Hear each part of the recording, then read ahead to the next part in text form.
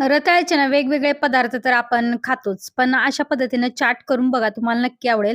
तर काय केले होते मी रताळ्याचे साल काढले कच्चेच. त्यानंतर अशा पद्धतीनं चिरून घेतलं.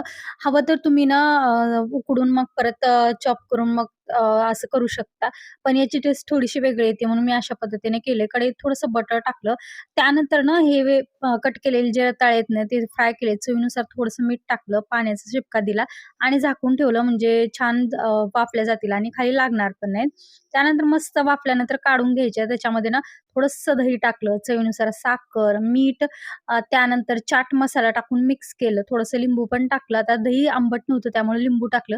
दही किंवा लिंबू दोन्हीपैकी एक टाकू शकता आणि कोथिंबीर टाकून अशा पद्धतीनं मिक्स केलं. तुम्ही शेव किंवा आणखीन चटणी वगैरे वापरू शकता. मस्तपैकी ना हे चाट लागतं. एकदा नक्की ट्राय करा रताळ्याचा आणि वरून ना मग मी डाळिंब सोललेले टाकले आणि मस्त हेल्दी आणि टेस्टी असं हे रताळ्याचं चाट बनतं. एकदा नक्की ट्राय करा आणि रेसिपी आवडत असेल ना तुम्हाला तर सबस्क्राईब करायला सुद्धा विसरू नका. चला